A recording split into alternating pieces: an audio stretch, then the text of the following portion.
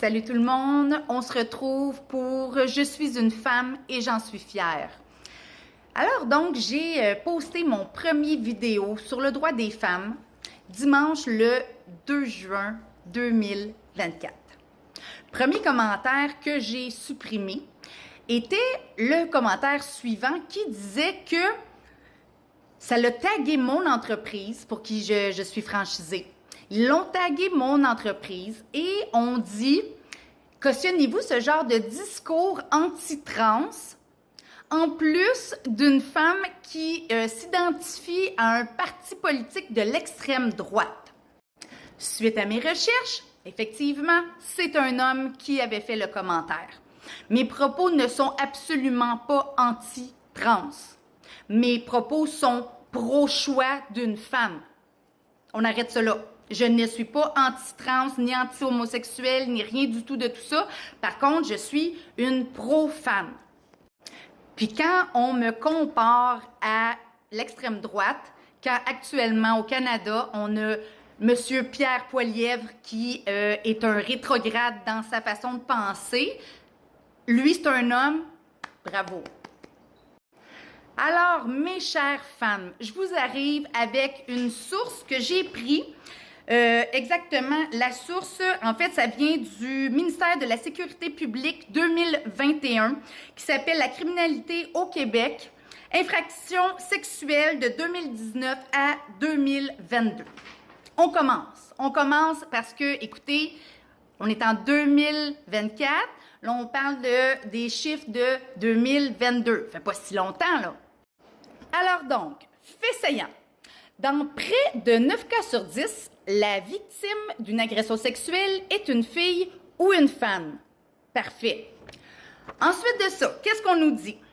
On nous dit que dans plus de 8 victimes sur 10 connaissaient leur agresseur, que dans 9 sur 10 des cas, l'agresseur était un garçon ou un homme. Mais le pire, là, savez-vous c'est quoi le pire, là? Puis je vous le montre, là. Le pire, là, on le voit juste ici, là.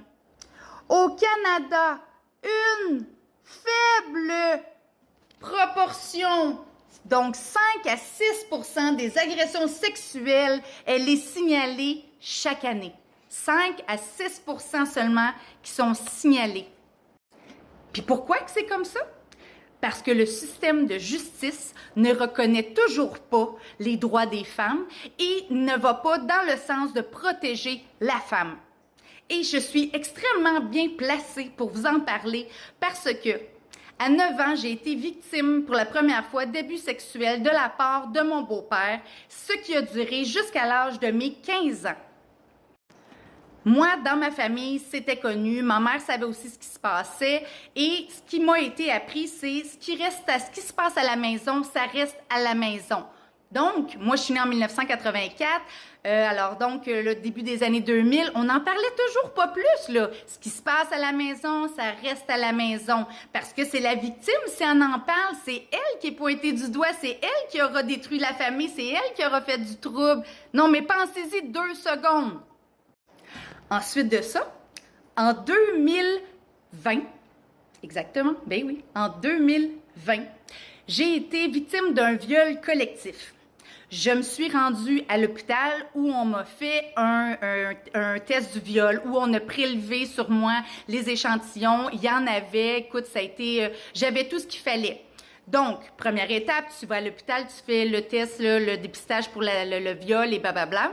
Ensuite de ça, tu serais rencontré par le service de police. Quand tu te présentes pour dénoncer que tu as été agressé sexuellement, en fait, ce qui arrive, c'est qu'on te met dans une pièce, on te sort les verres du nez pendant des heures en te filmant. Et ensuite de ça, on te dit qu'il faut vraiment qu'on te protège, que tu ne peux plus retourner à tel ou tel endroit, blablabla. Bla, bla, bla. Par contre, même après avoir eu un prélèvement de test du viol, d'avoir porté plainte, eux reconnaissaient que ces gens étaient des gens dans le crime organisé et qui avaient déjà eu des plaintes de proxénétisme et de choses comme ça. Bien, ils n'ont quand même pas été arrêtés. Donc, 6 mois plus tard, là, moi, je suis en processus, je travaille plus, je suis en post-traumatique, je sors plus de chez nous. Ça fait 6 mois que j'attends. Eux n'ont toujours pas été arrêtés par la police. Je suis rencontrée par l'IVAC. L'IVAC m'explique en fait, dans l'état où j'étais, il y avait pratiquement aucune chance que ça arrive à quelque chose, à une réponse positive, à un jugement, parce que je serais pas capable de passer au travers du processus. Donc, je le redis, viol collectif où la drogue du viol a été utilisée. Alors donc, les séquences que je me souviens sont par moment et tout ça. Alors donc, je me représente au poste de police 6 mois plus tard, leur avisant que je vais retirer ma plainte parce que je me sens pas assez forte pour ça. Ce que la police me dit, c'est que si tu retires ta plainte, automatiquement les échantillons vont être détruits. Alors, tu ne pourras plus jamais reporter plainte parce qu'il n'y aura plus d'échantillons. Wow!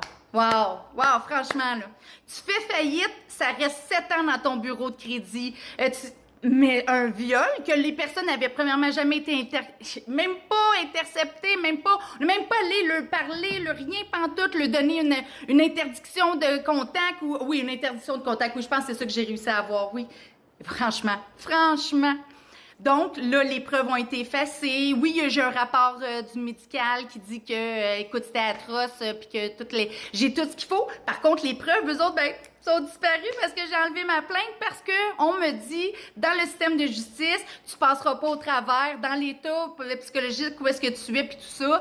Puis vu les sentences bonbons, mais oui, parce que si tu dénonces une agression sexuelle, l'homme va être si peu de temps en dedans que les représailles sont pires. Vous comprenez même pas.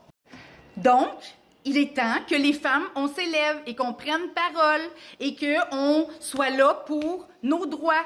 Nous sommes des humains à part entière. Et encore là, je reviens avec mon débat de la précédente vidéo.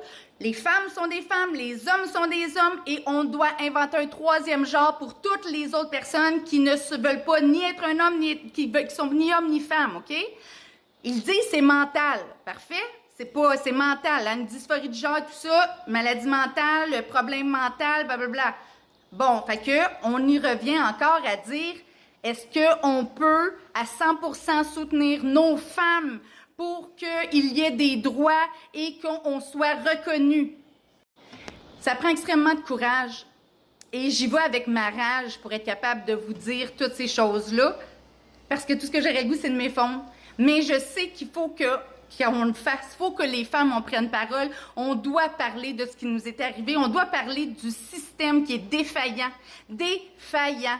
Et de revenir à l'ancienne et de renlever des droits aux femmes et de... Saviez-vous qu'au Canada, ce n'est que depuis le 4 janvier 1983, donc il y a 40 ans, ça fait juste 40 ans que l'agression sexuelle est reconnue. Avant, ils appelaient ça un abus sexuel. 10 ans parce que la fille, comment elle est habillée, est-ce qu'elle avait bu, Non, c'est non. Puis même s'il y a des victimes qui disent pas non parce qu'il y a mieux fermer leur gueule, se dire que ça va passer vite, puis au moins, ils risquent pas de se faire tabasser, bien c'est non pareil.